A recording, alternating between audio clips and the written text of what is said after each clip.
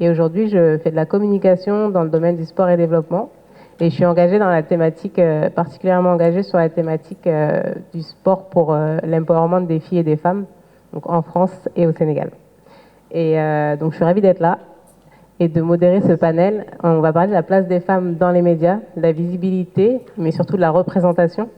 Parce que je pense que c'est important de... On ne rêve pas de ce qu'on ne voit pas. Et donc c'est important d'avoir des femmes qui jouent les rôles de rôle modèle auprès des jeunes pour pouvoir les encourager à s'engager dans cette voie. Donc je vais vous présenter nos panélistes, donc nos 5 panélistes. Donc, je vais commencer avec Borsotal, qui est journaliste indépendante, qui a travaillé notamment pour la BBC et qui a travaillé pour le Washington Post, donc qui est basée à Dakar. Elle a fait la fierté du Sénégal en représentant le pays au Young African Leaders, qui est l'initiative de Barack Obama en 2016. Et elle fait également partie du réseau Cheneving Programme. C'est ça.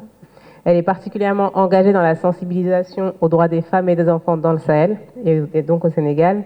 Et en ce moment, elle est très active sur Twitter, si vous la suivez, notamment sur des sujets politiques au vu de la situation du pays. Donc, bonjour Borso.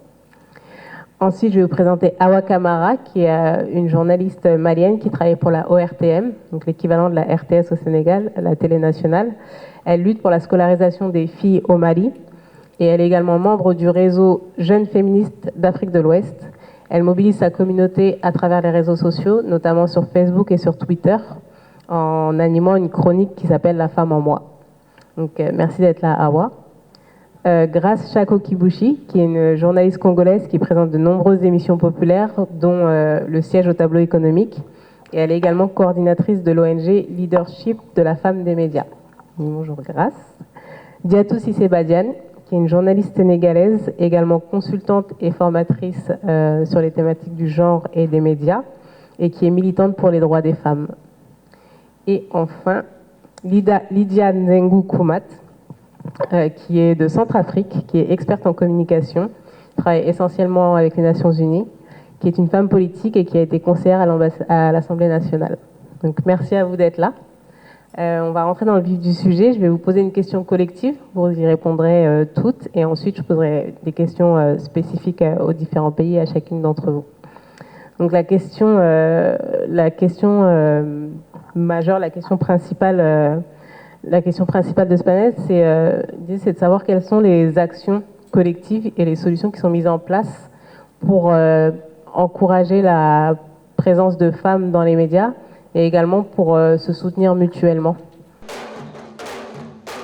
Bonjour tout le monde, je suis très contente d'être là avec mes aînés, je devrais dire. C'est dommage de ne pas les laisser parler en premier, parce que je fais partie peut-être des dernières à arriver dans le milieu des médias par rapport à elles. Je dis bonjour. Pour répondre directement à la question, de façon formelle et informelle, je vais plus m'engager dans le côté informel.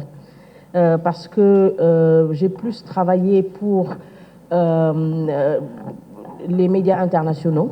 Donc le cadre est un peu différent peut-être des réalités sénégalaises. Peut-être juste dire qu'au niveau international, il y a des associations et des fonds qui existent. Je fais partie par exemple ça s'appelle le International Women's Media Foundation, qui est une organisation basée aux États-Unis et qui, justement, vise à rassembler toutes les femmes journalistes, les protéger, leur donner l'espace pour échanger, pour partager leurs expériences et aussi avoir des possibilités de bourse, comme j'ai eu l'opportunité de le faire in Global Health, c'est-à-dire parlant de la santé de façon globale. Et notamment pendant la période de Covid-19. Donc, il y a des organisations comme ça qui existent à l'international, comme au Sénégal. Comme j'ai dit, pour le Sénégal, je laisserai mes sœurs parler plus de ce qu'il y a ici. Et côté Sénégal, tout simplement, rester connecté avec les collègues, rester connecté avec les réseaux sociaux. Comme vous avez dit, le fait de rester sur Twitter nous donne un peu, quelque part, l'espace pour échanger, pour montrer un peu le travail qui se fait et aussi avoir un caractère de fer pour pouvoir faire face à tous les challenges qui sont en ligne. Des gens qui se mettent derrière les écrans, derrière les claviers, on ne les connaît pas. Et donc, juste avoir cette force intérieure pour faire face aux réalités du terrain et surtout avoir cette résilience-là, c'est le mot. Je pense que pour faire partie de cette société-là, il faut être résilient. Et je pense que ce n'est pas simplement au Sénégal, c'est le Mali, c'est tous les autres pays d'Afrique, du monde de façon générale. Mais concernant l'organisation de façon formelle, pour moi, aux États-Unis, c'est le International Women's Media Foundation. Au Sénégal, je n'ai pas encore intégré d'organisation formellement, mais je sais où les trouver et peut-être qu'il faut aller vers elles au niveau local. Voilà. Et donc, merci. C'est la première question, je pense. Hein? Oui. Il ne fallait pas me laisser parler en premier. Et Diatou, peut-être, donc, du coup, Borso parlait de ce qui existe maintenant. Vous, à l'époque, est-ce qu'il y a une organisation différente des organisations qui étaient mises en place justement pour soutenir les femmes journalistes, que ce soit en ligne ou en physique? Merci beaucoup. Je voudrais d'abord relever un fait. Ce n'est pas parce qu'on est femme, qu'on est journaliste, qu'on est engagé sur les questions de femmes. Et c'est un constat que je fais, finalement, de mon long parcours de journaliste. Il m'a été donné de rencontrer dans la profession parfois, je dis parfois, ce n'est pas toujours, des hommes qui sont plus engagés sur les questions d'égalité que les femmes elles-mêmes. Donc, je voudrais bien qu'on lève que dans cette affaire, il n'y a pas d'atavisme. Ce n'est pas parce qu'on est femme qu'on est forcément engagé. Maintenant, est-ce qu'il y a des plateformes, des organisations où les femmes journalistes sont renforcées? D'abord, elles sont renforcées en tant que professionnelles, parce qu'il ne faudra pas non plus confondre le militantisme et le journalisme. On a un métier qui nous enjoint d'être à équidistance, y compris de nos propres convictions, et c'est peut-être ça la difficulté. Donc il y a à préciser quelle est l'attente ou quelle est l'offre de formation qu'on offre aux femmes. Je sais que nous, on a été plus ou moins un peu les héritières de l'APAC à l'époque, l'Association des professionnels africaines de la communication, qui avait des démembrements.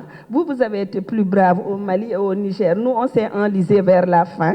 Il y avait l'APAC déjà, qui était le premier cadre fédérateur des journalistes africaines, qui est parti des stratégies prospectives de Nairobi, où il a été constaté deux faits.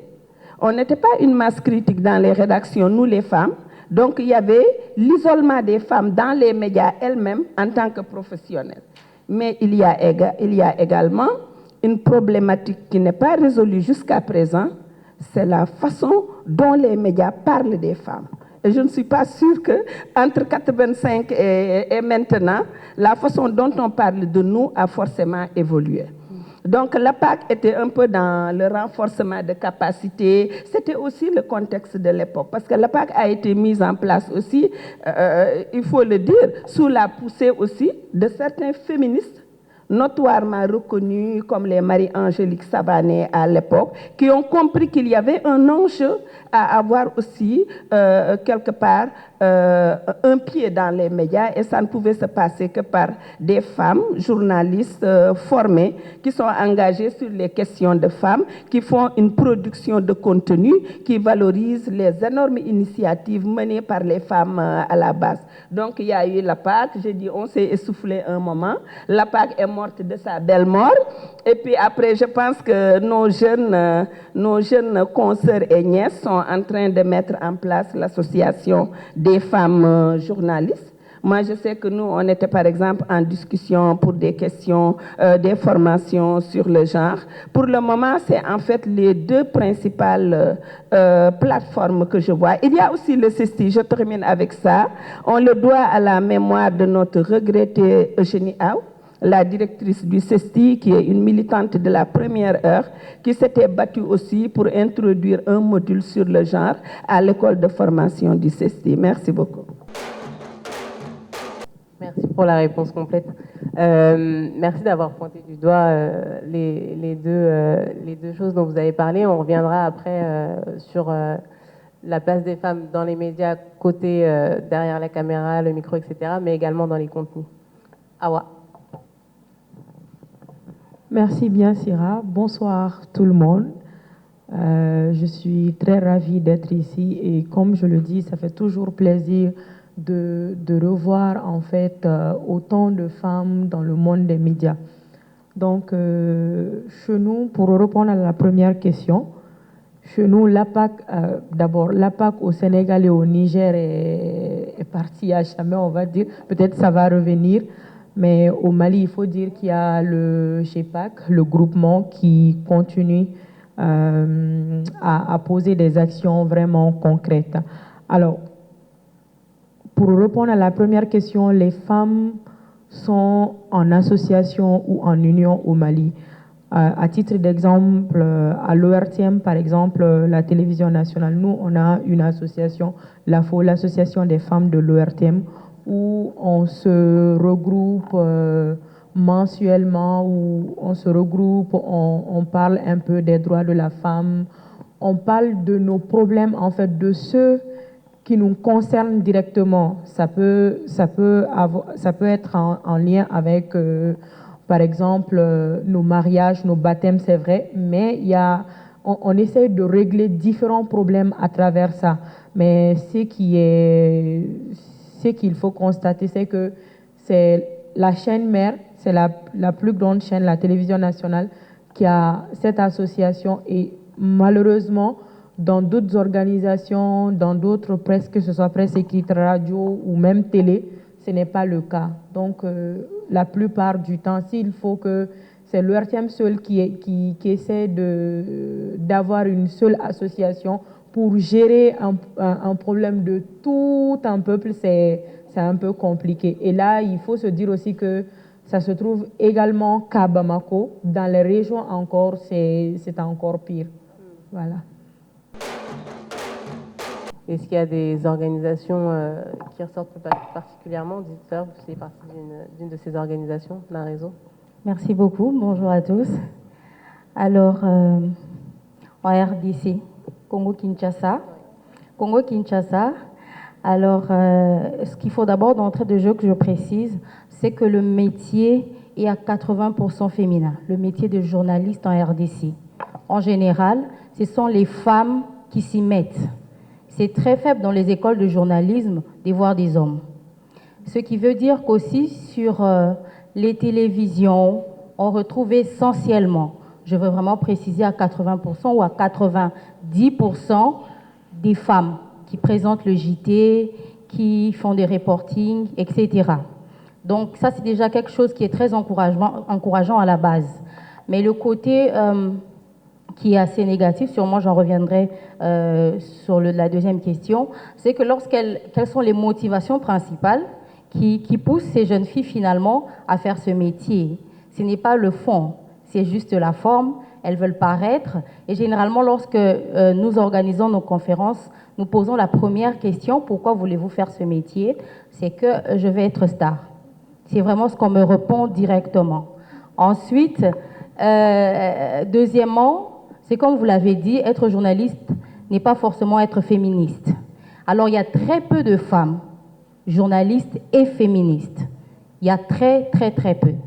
C'est qu'il faut vraiment que je précise, malgré que vraiment la profession est très féminisée dans toute la République démocratique du Congo. Alors, y a-t-il des associations? Oui, bien sûr.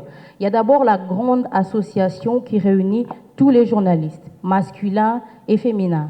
L'Union nationale de la presse congolaise qui existe depuis, avant que je sois née, depuis Mobutu, le maréchal Mobutu, depuis très longtemps, qui réunit tous les journalistes et justement pour essayer, il y avait ce problème, vous voyez au Congo, c'était, à les Zaïre d'époque, c'était le dictateur et la presse était réprimée. Il fallait trouver des mécanismes pour que les journalistes soient protégés. Ils sont retrouvés en association pour trouver des moyens et des solutions pour lutter contre la dictature de l'époque. Mais avec le temps, il fallait plus que la profession se féminisait davantage, il fallait trouver les femmes se retrouver ensemble pour finalement se questionner et voir comment faire les choses. Alors, depuis, je veux dire, plus de 25 ans, il y a l'Union, on va dire 20 ans, l'Union congolaise des femmes de la presse. C'est la seule grande association en RDC qui s'occupe des femmes, à la radio, à la télévision et à la presse écrite ou à la presse en ligne. Le but de cette association, elle a été créée d'abord pour rendre les femmes un peu plus capables, un peu plus, comme on disait, pour lutter pour la dictature.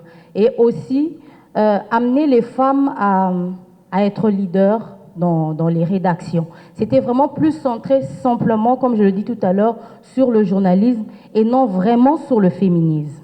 Vraiment pas vraiment sur le féminisme. Alors, il faut dire que depuis le temps, il y a eu beaucoup d'autres associations et la toute dernière, la cadette de 2022 est celle que nous dirigeons, de 2022, leadership de la femme de médias, qui veut, au-delà de tout ce qu'il y a, c'est que nous luttons d'abord sur les stéréotypes. Pour quelle raison? Puisque je vous ai dit tout à l'heure que la femme des médias, les femmes dans les médias veulent devenir des stars. Alors, elles sont butées à ces préjugés et à ces stéréotypes.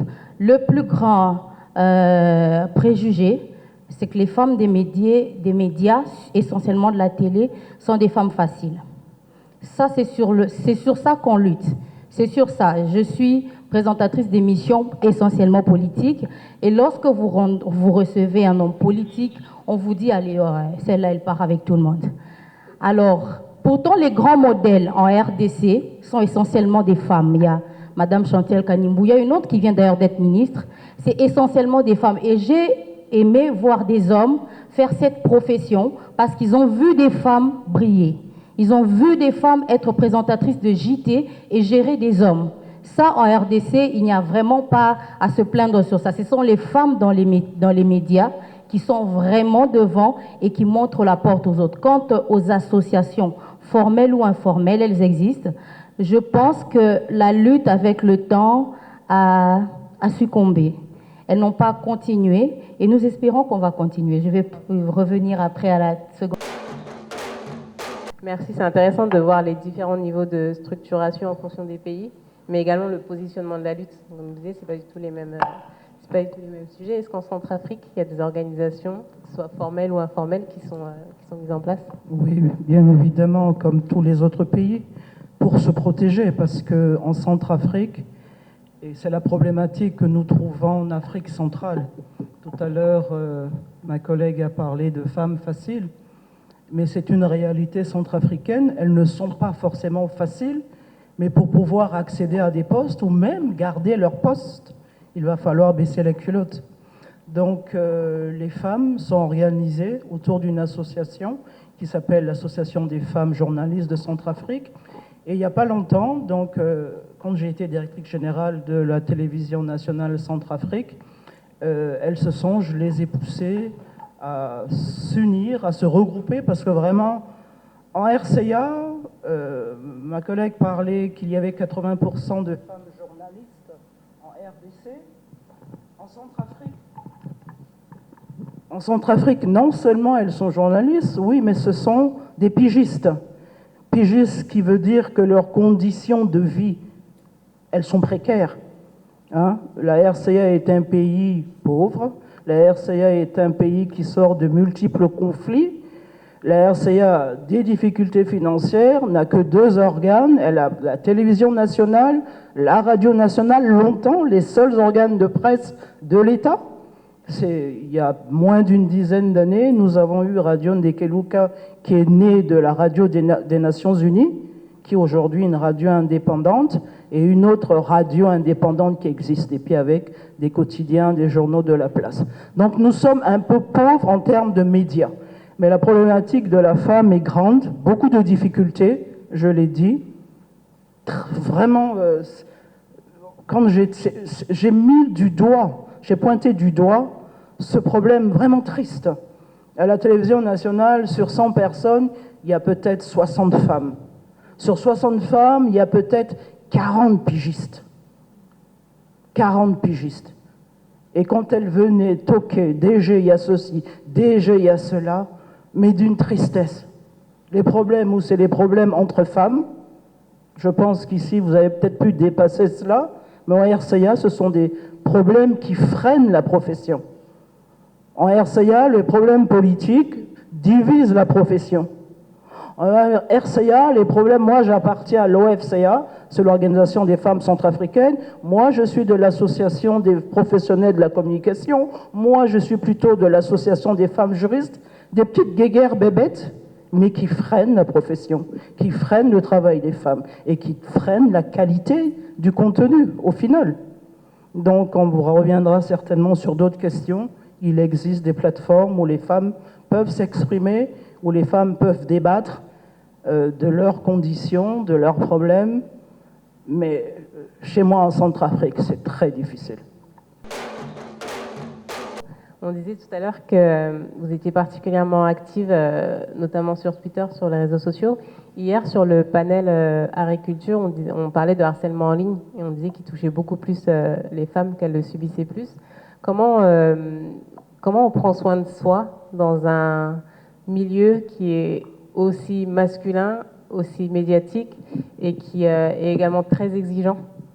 Comment on prend soin de sa santé mentale? Comment on prend soin de se préserver soi-même? Et est-ce que vous avez dû faire face à des bad buzz, harcèlement en ligne, etc.? Je vais tenter de miser plus sur le côté positif. D'abord pour dire que quand on est femme ou homme, je pense que le harcèlement, c'est un peu tout le monde. Mais là, on est entre nous, donc on peut parler de notre expérience.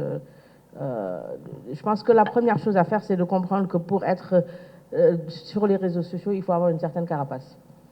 D'abord, cette carapace-là nous permet de faire fi de tout ce qui peut perturber notre élan, de tout ce qui peut perturber cette mission qu'on se donne de partager l'information, de rester crédible et de surtout faire attention à cette pression liée à la manipulation de l'information, aux fake news et comment survivre à tout ça, parce que c'est un milieu qui se confond pratiquement aujourd'hui au métier de journalisme. C'est-à-dire que aujourd'hui, on ne sait plus qui, on en parlait tout à l'heure, comme je dis tout de suite, je suis l'une des dernières à arriver dans le milieu, étant donné que je suis travailleur social à la base en termes de formation et enseignante. Il y a un background qui vient avec pour moi. Et ce background-là, c'est ça qui a amené cette carapace, l'expérience de toute une vie de personnel, professionnel, qui me fait aujourd'hui, moi je ne la sens pas trop. Cet harcèlement-là, je ne le sens pas trop. Pourquoi? Parce que je ne me permets pas de me laisser abattre face à cela.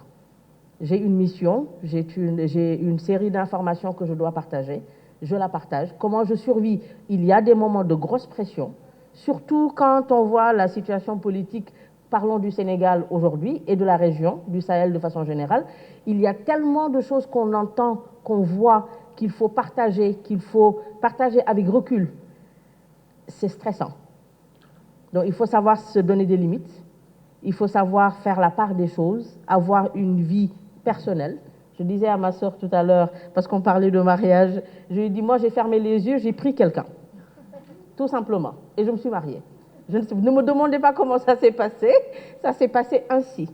Est-ce que c'est obligatoire? Non, mais ça joue sur la santé mentale. Si ce n'est pas un mari, si ce n'est pas un compagnon, cherche-toi autre chose. Cherche autre chose, une activité. Le sport, oui, je n'en fais pas beaucoup.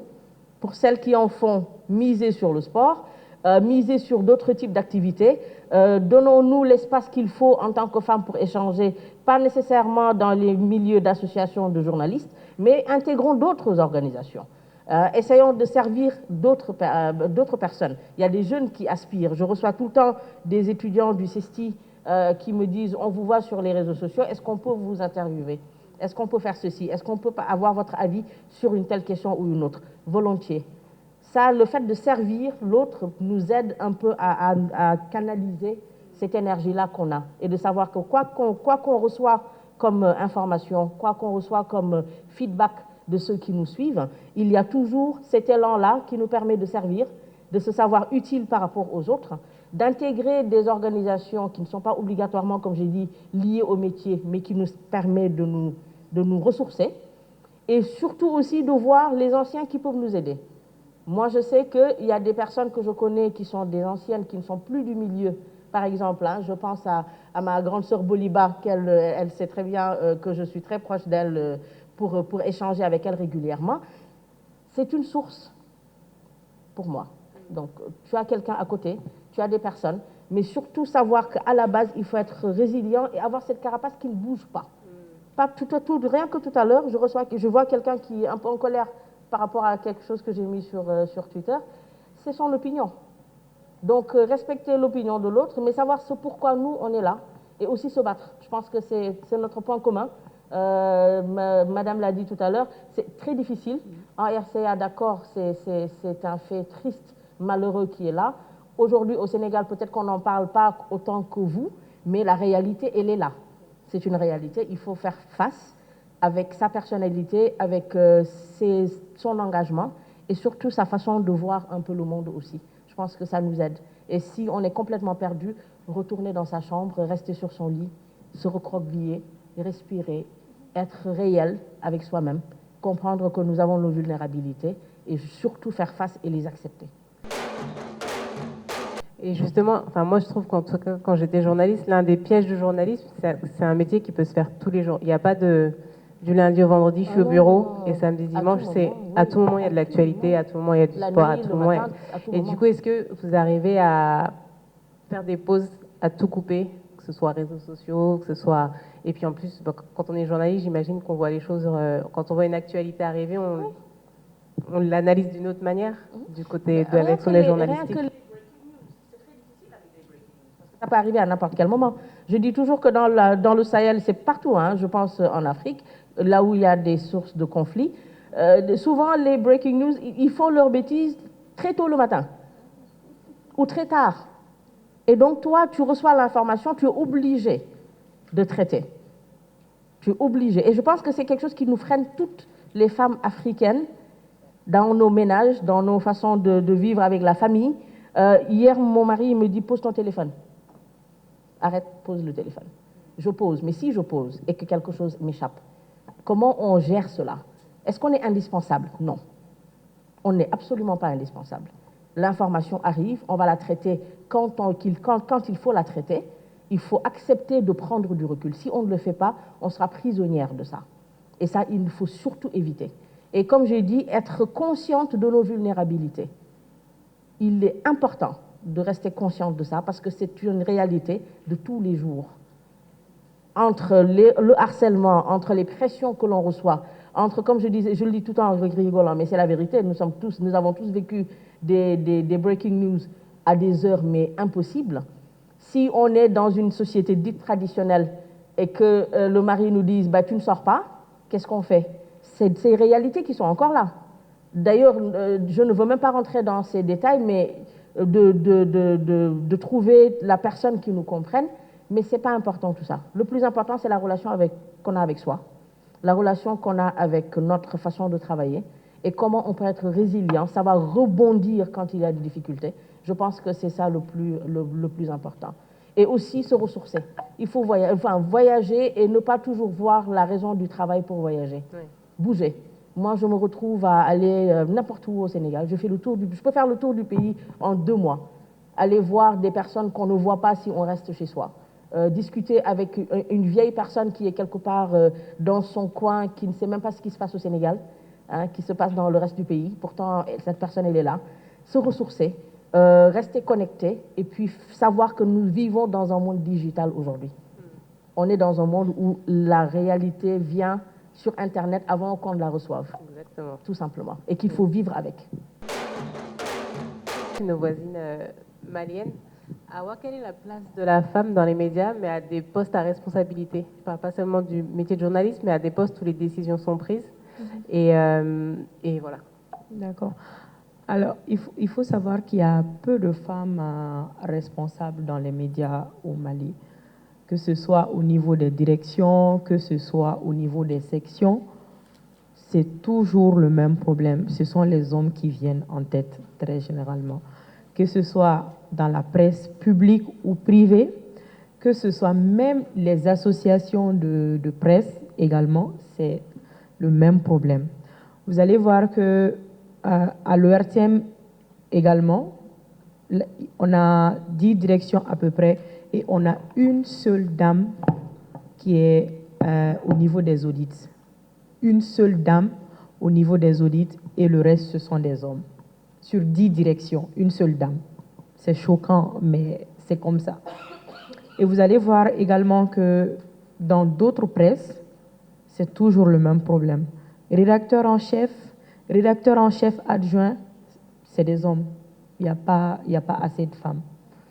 Mais est-ce que c'est quelque chose qui a tendance à bouger, que ce soit sur du court terme ou du long terme, ou est-ce qu'on y voit quand même... C'est sur le long terme, c'est comme ça. Ça, c'est l'un de nos combats, en fait. C'est toujours comme ça.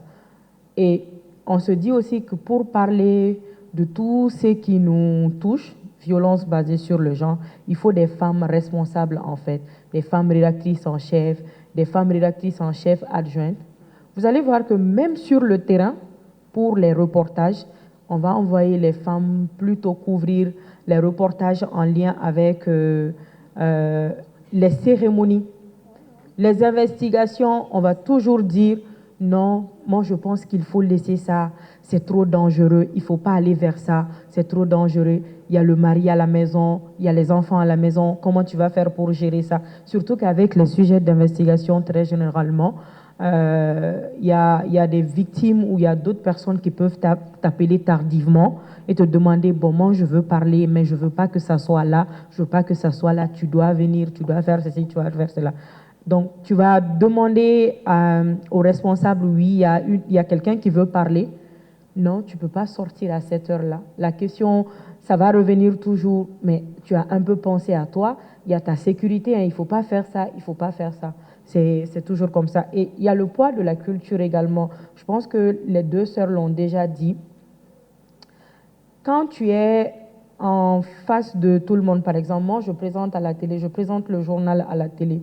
La question qu'on va poser très généralement, quelqu'un qui va sortir de la maison à 6 heures pour les premières éditions, à 13 heures pour la deuxième édition, et la grande édition de 20 heures qui est suivie par tout le monde, par exemple, tu vas finir avec ça dans une télé publique, par exemple, avec l'actualité, c'est l'institutionnel qui va dominer très généralement. Ça va jusqu'à 1h, 1h30.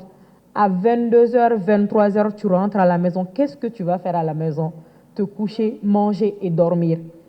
Donc, des fois, il y a la famille qui va venir vers toi te dire, mais elle ne fait rien, elle sort le matin, elle revient le soir. Je me rappelle, il y a ma grand-mère qui me disait, toi, je ne te comprends pas.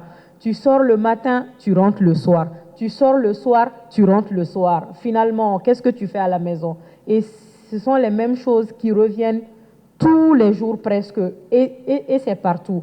Il n'y a que quelques médias, par exemple, qui ont des politiques genre, qui essaient de faire ça. Et je me rappelle, il n'y a que 2 médias, à ma connaissance, notamment Studio Tamani et puis Kunafoni, qui ont 2 rédactrices en chef. Non, Studio Tamani même a une rédactrice en chef adjointe, et l'autre Kunafoni, c'est une dame, paix à son âme, qui est décédée malheureusement.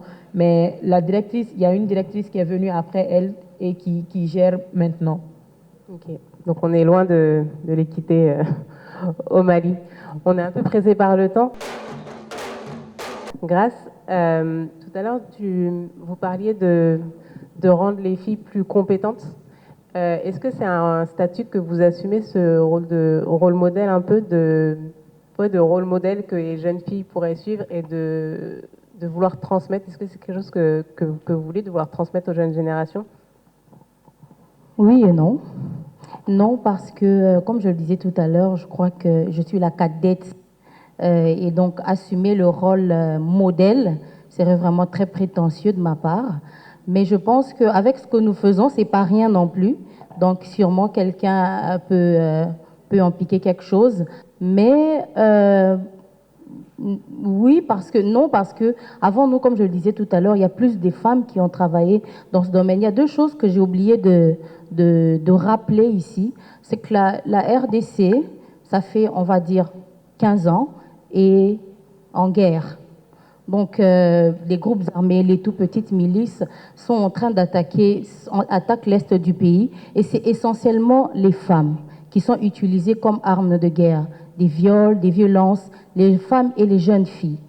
J'ai lu le dernier rapport de l'UNICEF qui rappelait que le premier trimestre de 2023, il y avait 38 000 cas de violences faites aux femmes à l'est du pays. Et dans ce genre de contexte, c'est très difficile de voir des femmes militantes ou des femmes féministes, parce que pour elles, elles veulent seulement d'abord survivre. Elles ne cherchent pas à être militantes, à prendre une cause pour avancer. Elles veulent d'abord survivre. Ce qui fait qu'il n'y a vraiment pas beaucoup de... mais également, il y a deux autres aspects. Il y a le pluralisme politique. On n'a pas moins de 900 partis politiques, mais il y a aussi le pluralisme médiatique. On n'a pas moins de 100 chaînes de télévision. On n'a pas moins de 50 chaînes de radio. Et la presse en ligne, je pense qu'on est à 150. Donc, dans ce contexte-là, il est très difficile de se dire que je suis un repère, un modèle pour toutes les générations. Mais c'est vrai qu'il y en a, puisque personnellement, dans notre structure, nous répertorions ceux qui ont quand même, dans un temps assez large, sont restés constantes et sont un modèle de fermeté. J'aimerais juste m'appuyer sur un point, c'est par là que je vais peut-être clôturer, c'est le pluralisme politique. Et c'est ce qui fait que les femmes sont véritablement des cibles. Heureusement pour nous, la chaîne nationale, la radio-télévision nationale, a une directrice générale. Donc ça s'est passé l'année passée, c'était après tous nos cris, on s'est vraiment battus, et vraiment la directrice générale, elle a été d'ailleurs mon enseignante en école de journalisme, et c'est une femme respectée, droite, respectée de tous. Mais également dans les médias privés, il y a 2 ou 3 qui sont patronnes de presse, mais alors on a la patronne qui est, et puis après ce sont les hommes. On a la patronne et puis après ce sont les hommes. Donc le leadership féminin vraiment dans les rédactions, c'est un peu partout je crois, il n'y a pas de femmes oui, elles peuvent être dans la rédaction à 20 femmes, mais c'est l'homme qui va diriger la rédaction. Donc ça c'est un fait. Le pluralisme politique, pourquoi je vais m'y appuyer? Parce qu'il y a la gauche et la droite, il y a l'opposition et la majorité. Et ces deux camps, cette année 2023 en décembre, nous allons passer aux élections. Donc en RDC, c'est une année électorale. Et comme à chaque cycle électoral, il y a toujours ces tensions entre ces deux camps, l'opposition et la majorité. Et les femmes journalistes sont des cibles. Pourquoi elles sont des cibles? Je vais dire, en fait, j'étais peut-être, on va dire, proche, si une journaliste a travaillé, par exemple, avec le régime passé, et qu'il y a eu un autre régime, ce régime ne l'accepte pas, en disant, allez, toi, tu es de l'opposition. Ce qui fait que tout ce qu'elle peut dire, tout ce qu'elle peut raconter, qu'il soit essentiellement bon ou objectivement bien, on ne l'acceptera pas. Dans les commentaires sur Twitter, Facebook, on insulte. Et ce qui vraiment me choque des fois, c'est qu'on insulte jusqu'à la féminité, on insulte la famille, et c'est très dur. Nous avons fait un Twitter Space avec une qui m'a dit un jour, allez, bon, on m'a collé ça, finalement j'accepte, je suis de l'opposition. Mais puisque quand je dis non, personne ne croit, je suis de l'opposition. Elle a vu sa mère, sa maman. Elle a dit, je ne comprends pas, je n'ai jamais publié ma maman, mais ma maman est allée au marché et on l'a attaquée. Simplement parce que, soi-disant, sa fille est journaliste pro-opposition. C'est même chose pour la majorité. Alors là, on a les Jeux de la francophonie qui sont organisés chez nous en RDC, c'est tout pimpant, tout le monde. Alors, tous les journalistes qui sont là, on se dit, ils sont pro-majorité. Pourtant que ce sont les Jeux de la francophonie. Tant que c'est organisé par le pouvoir présent, on se dit que c'est pro-majorité. J'ai vu des femmes être lynchées, vraiment sur les réseaux sociaux, mais même à la télé, parce qu'on s'est dit, non, elle n'a pas le droit de nous parler comme ça. Le pluralisme politique vraiment joue un rôle très déterminant dans la lutte des femmes. Mais ce qui est bien avec les 2-3 femmes que j'ai répertoriées, c'est qu'elles n'ont pas lâché. Elles n'ont pas lâché au prix d'énormes sacrifices. Au prix d'énormes sacrifices des familles, du travail. Il y a une qui a perdu son travail. Elle était dans une chaîne où, selon elle, c'était neutre. Donc, elle reçoit un invité qui est de la majorité. Je pense qu'elle s'affirmait de l'opposition. Elle lui pose une question en rapport avec le pouvoir et ça n'a pas marché. le DG a dû lui demander de déposer sa démission. Donc elle est partie et ça a fait la tollée et c'est allé dans tous les sens. Aujourd'hui, elle s'affirme être de l'opposition. Donc c'est très difficile, comme je le disais, dans un contexte de guerre, dans un contexte de pluralisme politique, que les femmes journalistes, alors vous allez retrouver dans tout ça les femmes être finalement des youtubeuses. Finalement, il y a tout le monde, chez nous on les appelle Témbé, mais c'est encore une autre histoire. Toutes les grandes, vraiment, les filles, pour être autonomes et indépendantes, elles ne veulent pas être dans une ligne éditoriale qui va les gêner. Elles vont sur YouTube. Alors là, on ne sait pas les réglementer parce que YouTube n'est pas considéré encore au pays comme un média traditionnel. Et on peut y laisser tout ce qu'il y a et tout aller. Alors, ce que je veux conclure par là pour dire, je veux conclure simplement pour dire que en RDC, la lutte pour que les femmes aient des postes de responsabilité dans les rédactions est encore faible, même si elle est là, mais elle est très faible.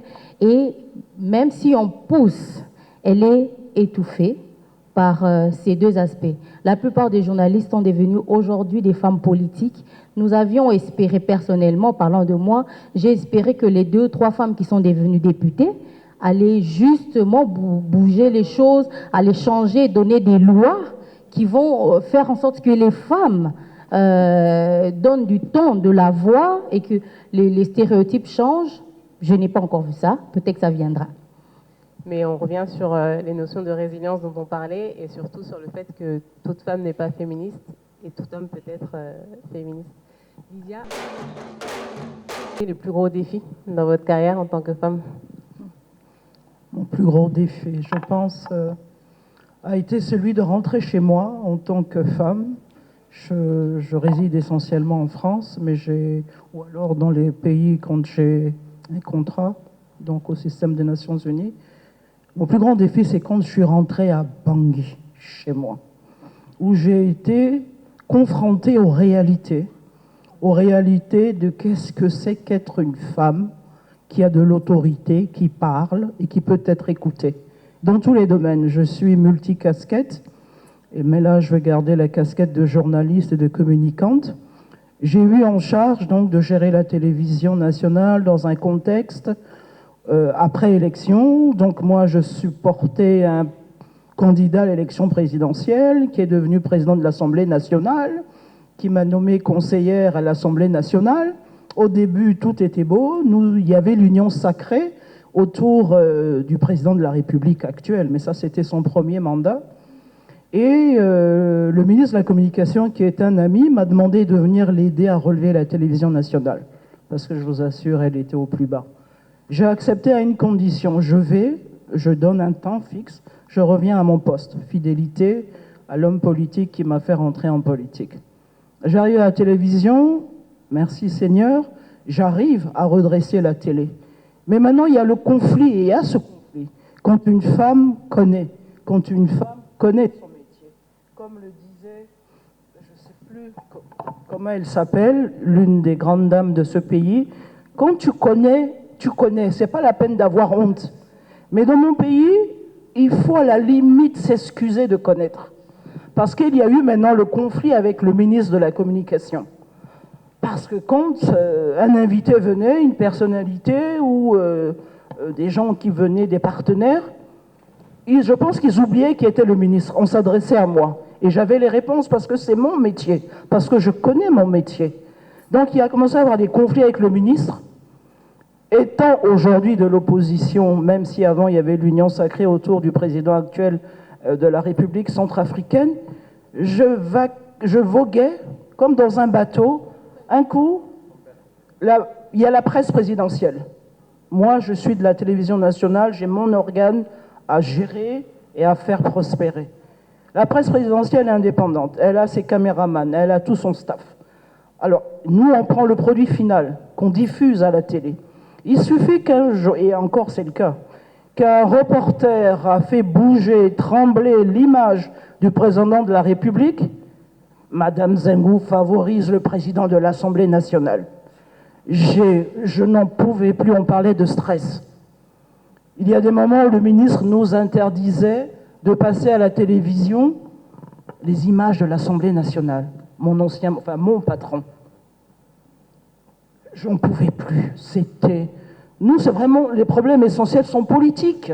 Elle l'a dit, majorité, opposition. J'étais au milieu. Ma plus belle expérience était à la télévision nationale.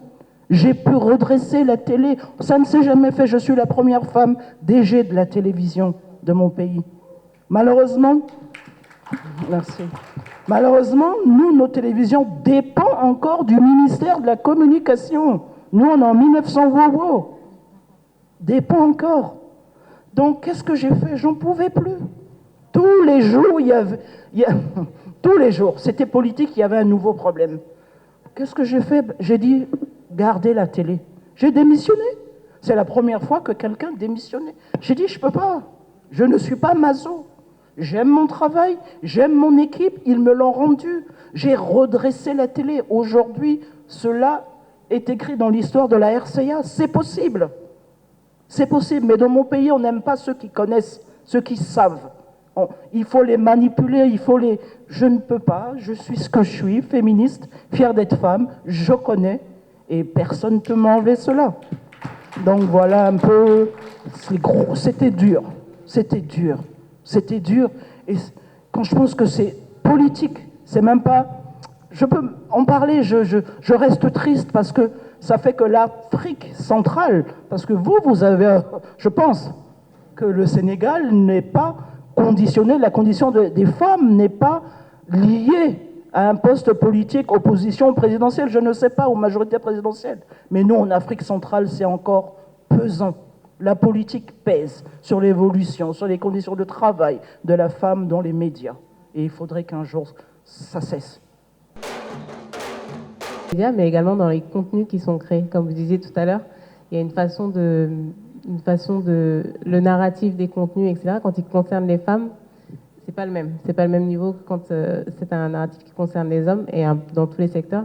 Donc, quelles seraient, selon vous, les solutions pour qu'on ait un média plus inclusif et qui considère les femmes?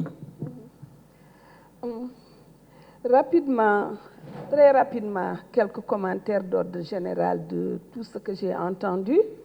Je me rends compte que je ne dis pas que les choses sont restées en l'état, parce que quand même, qu'on le veuille ou pas, on commence à constituer une masse critique dans les rédactions et le niveau de formation des femmes s'est beaucoup amélioré.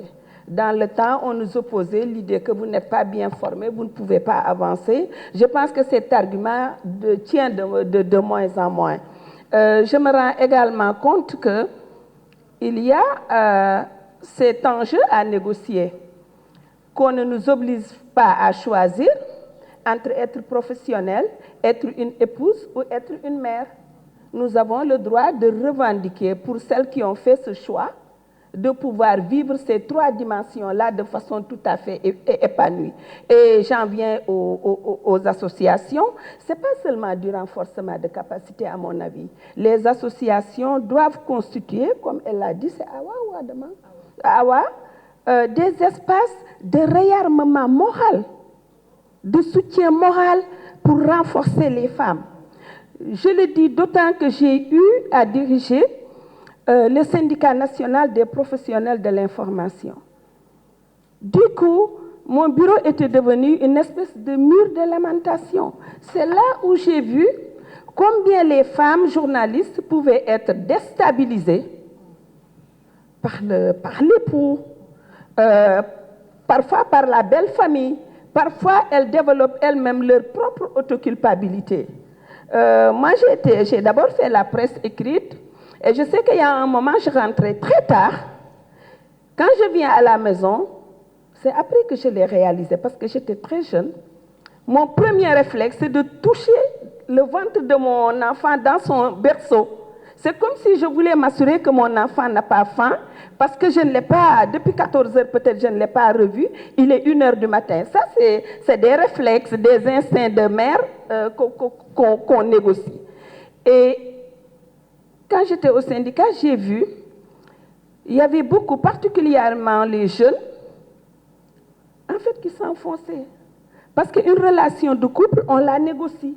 Quelqu'un ne peut pas venir vous faire la cour, faire le pied de grue devant votre rédaction jusqu'à 1h du matin, vous déposer, vous épouse et vous demande à lui servir le repas. Il y a quelque chose qui est biaisé, il y a un faux jeu quelque part. Si vous faites la cour à une femme journaliste, vous êtes absolument au fait des contraintes professionnelles qu'elle est censée vivre. Et je disais à ces jeunes filles, ça ne sert à rien de lâcher du lest. Plus vous lâchez du lest, plus il va vous demander. Vous bâclez tout, vous descendez à 17h, la prochaine fois, il va vous dire, soyez là à 15h.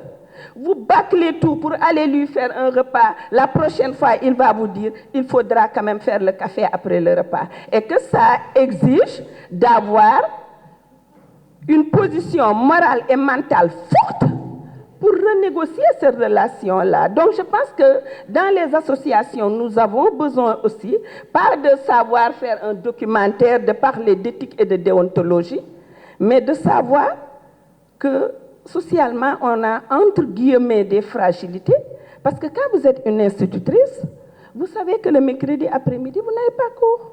Vous savez que quand vous quittez chez vous le matin, à 17h, les cours sont finis, vous rentrez. Nous, on sort de chez nous, mais on ne sait jamais quand on rentre. Peut-être c'est en partant même vers le parking qu'on va vous rappeler pour un reportage qui va vous retenir jusqu'à 1h du matin. Donc, je pense que si on veut consolider les femmes, ça c'est important. L'autre harcèlement, on n'en a pas parlé, c'est le harcèlement un peu institutionnel, mais aussi le harcèlement sexiste. Quand vous êtes une femme, que vous êtes dans une rédaction, que vous avez du caractère, que vous dites non, vous êtes plus difficile à gérer. Parce que aussitôt, on vous met en corrélation avec l'épouse soumise qui est à la maison. Donc ça aussi, on le négocie souvent dans nos relations avec la hiérarchie. Et c'est ça aussi que j'appelle le harcèlement institutionnel. Ceux qui savent dans cette salle savent. Moi, j'ai travaillé dans un média d'État et j'avais mis clairement dans ma tête que je ne travaille pas dans un média d'État, mais dans un média de service public. Ça amène un positionnement qu'on peut juger indépendant et qu'on ne vous pardonne pas. C'est une tête brûlée, on ne peut pas l'aider comme si moi je demandais de l'aide.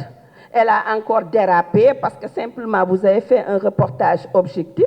Et tout ça, c'est finalement des éléments qui vous impactent. Maintenant, pour revenir rapidement à sur les stratégies. Je reviens au syndicat. Moi, j'ai vu que quand les femmes s'investissent dans les syndicats, elles gagnent. Elles gagnent en confiance, elles gagnent en force et elles gagnent en caractère. Peut-être parce que j'ai été la première femme à diriger le syndicat des journalistes ici, mais il y a eu un effet d'entraînement terrible. Il y a eu un effet d'entraînement terrible. Mon premier mandat, je pense que les femmes regardent, le deuxième mandat, quand j'ai été réélue, au moins 3/4 des sections dans les différents organes de presse étaient dirigées par les femmes. Ça veut dire que je pense que, quelque part, les femmes se sont dit, d'autres se sont dit que c'est possible. Et avec ces femmes, on est allé jusqu'à réviser la convention collective des journalistes pour y mettre des clauses qui protègent davantage, par exemple, la maternité de la femme journaliste. Parce que quand vous êtes en début de grossesse précieuse, qu'on vous met dans un pick-up et qu'on vous envoie en brousse sur une route chaoteuse, vous avez quand même plus de chances de perdre votre grossesse qu'une bureaucrate qui est dans son bureau. C'est ça. Maintenant, les stratégies, c'est un gros problème. Quand on parle des médias, on pense aussitôt aux journalistes. Mais nous, les journalistes, nous sommes la portion congrue dans les médias. Et globalement, nous ne nous occupons que des news qui représentent peut-être 30%, 30 minutes le matin, 30 minutes pour le 13h, etc. On oublie tout ce qu'il y a derrière qui a un impact sur la façon dont on parle des femmes. c'est dans les tranches d'animation. Ceux qui écoutent des tranches d'animation ici entendent à longueur de journée un discours stéréotypé qui nous enfonce plus et qui exalte plus la femme vertueuse, la bonne mère, la bonne épouse. Vous avez tout ce qui passe à travers les médias. C'est tout le contenu des pièces de théâtre où nous sommes dépeintes comme des mégères qui se font du maraboutage. Bref, donc je pense que si on veut mettre des stratégies, déjà, il faut partir du fait que les journalistes et le personnel des médias n'ont pas la science infuse. Et que ces gens ne sont pas nés ex nihilo. Ils sont en situation et perpétuent les relations de genre et les relations de sexe qui se passent dans la société. Elle a dit tout à l'heure, tous les sujets à caractère social liés à la maternité, à la mère, sont confiés aux femmes. Donc je pense qu'il y a un mouvement d'ensemble à mettre dans les rédactions tous ces leviers-là, ceux qui produisent le folklore, ceux qui font de l'animation, les journalistes, les gérants des programmes, les décideurs dans les médias. Tous ces gens-là sont concernés par la formation, par l'approche sur les questions d'égalité des sexes, si on veut changer un peu le contenu du discours médiatique. Je ne vais pas être trop long, parce que ça c'est un peu mon dada, mais globalement, je voulais partager ces grandes lignes. Non, c'est juste on veut donner la parole et peut-être... Merci beaucoup. Et je dis déjà félicitations à nos panélistes. Moi, je viens du Bénin et c'est heureux d'entendre tout ce que j'ai entendu ce soir parce que j'ai souvent eu comme l'impression qu'on vivait dans un autre monde au Bénin. Moi, je suis journaliste presse écrite. Je suis devenue journaliste freelance pour sortir de tout ce que j'ai entendu aujourd'hui parce que la précarité, elle est terrible. Et généralement, dans la presse écrite, parce que moi je suis journaliste presse écrite, ce sont des personnes qu'on n'entend pas, qu'on ne voit pas. Donc, il faut écrire pour exister. Et écrire demande que tu te spécialises. Parce que tu ne peux pas être journaliste presse écrite, culture, sport et tout. Donc, il faut que tu te spécialises. Et l'autre aspect, c'est les questions sur l'investigation. C'est-à-dire, c'est aux hommes qu'on confie les sujets d'investigation. On estime que quand le terrain est dangereux, il ne faut pas envoyer la femme. L'investigation, ça demande des jours, des semaines de travail et franchement, c'est pas pour les femmes. Donc, très tôt, moi, j'ai eu, disons, l'opportunité de diriger un organe de presse qu'on m'a confié à 22 ans.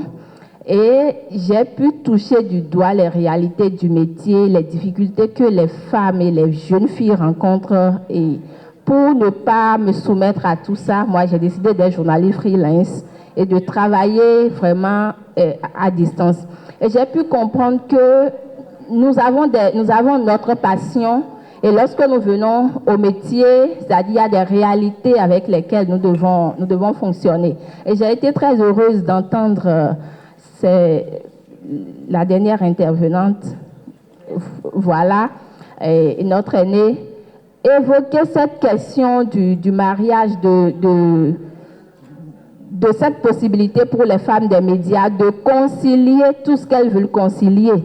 Et c'est une réalité que nous vivons parce qu'on dit, quand elle est femme des médias, c'est sûr qu'elle n'est pas mariée, elle ne pourra pas rester au foyer et tout. Donc, ce sont des réalités qui existent. Et moi, je voudrais demander qu'est-ce que nous pouvons faire véritablement pour avancer, pour que les lignes bougent de façon significative parce que au Bénin, par exemple, il y a très peu de femmes dans les postes de responsabilité. Et quand on regarde un peu les rubriques au niveau de la presse écrite, on les confie généralement, les rubriques qu'on confie aux femmes, c'est la cuisine, c'est la mode, c'est les questions de maternité et autres. Donc, les réalités ne sont pas aussi différentes d'un pays à un autre. Il y a des similitudes et que pouvons-nous faire pour que ça bouge de façon significative? Merci. Moi, j'ai une réponse toute simple à la question de Doris, toute simple. Comment faire pour faire bouger les lignes? Comment faire pour pouvoir faire son métier, avancer, évoluer et accéder au poste de responsabilité? Être toujours la meilleure. Travailler, parce qu'une chose est certaine, le travail finit toujours par payer. Au-delà de cela, du travail, militer. Il faut militer, il faut s'engager. Il faut s'engager et prendre la parole. Il faut dénoncer, il faut agir, pas seul. C'est tous, toutes ensemble que les femmes seront les plus fortes. Voilà ma réponse toute simple. Travailler, travailler. On a ce devoir d'être meilleurs et nous sommes meilleurs. Il faut le reconnaître, le savoir, nous sommes meilleurs. Merci. Je vais juste ajouter pour être. J'aimerais vraiment insister sur la résilience aussi. Comme je disais tout à l'heure, en RDC, on a l'habitude de peut-être on analyser le viol, parce que ça nous arrive beaucoup, et les femmes sont résilientes. Alors, ce qu'il faut faire en tant que femme, il faut être résiliente dans toute cette situation, mais aussi faire entendre sa voix. Parce que ce qu'elle a dit, pour éviter d'entrer dans la polémique politique, etc., elle a fait son média indépendant, ce qui n'est pas mauvais, mais il faut rester dans le système pour pouvoir changer le système. Le système ne changera pas si on va de côté, si on se soustrait du système. On y reste, on parle et on fait avancer les choses, je pense. Alors, pour répondre à la question de Bintou, c'est bien ça. Alors, je dirais que c'est un truc qui est propre à tout le monde. C'est un peu partout, ce sont les mêmes réalités en quelque sorte. Et la question, je pense qu'elle a déjà été répondue. Il faut continuer à travailler, il faut continuer à travailler et il faut encore continuer à travailler. On est toujours dans la sensibilisation, on va continuer avec cette sensibilisation, le temps de permettre à d'autres personnes encore de prendre la parole. Comme je l'ai dit, au temps de nos mamans, c'était pas comme ça. Nous, tu nous fais quelque chose dans la rédaction, ça ne nous plaît pas, on part sur les réseaux sociaux, on déverse tout là-bas. Les gens le savent, ils viennent, ils répondent, on se soutient et puis on passe. Donc on va continuer sur cette lancée, on va uniquement prendre la parole et avec le temps, je me dis que ça peut aller. Merci. Désolée, on ne peut pas prendre d'autres questions. Par contre, je vous invite à aller les voir pendant les pauses. Bon, je pense qu'elles n'auront aucun problème à vous répondre. Et merci beaucoup à toutes nos panélistes.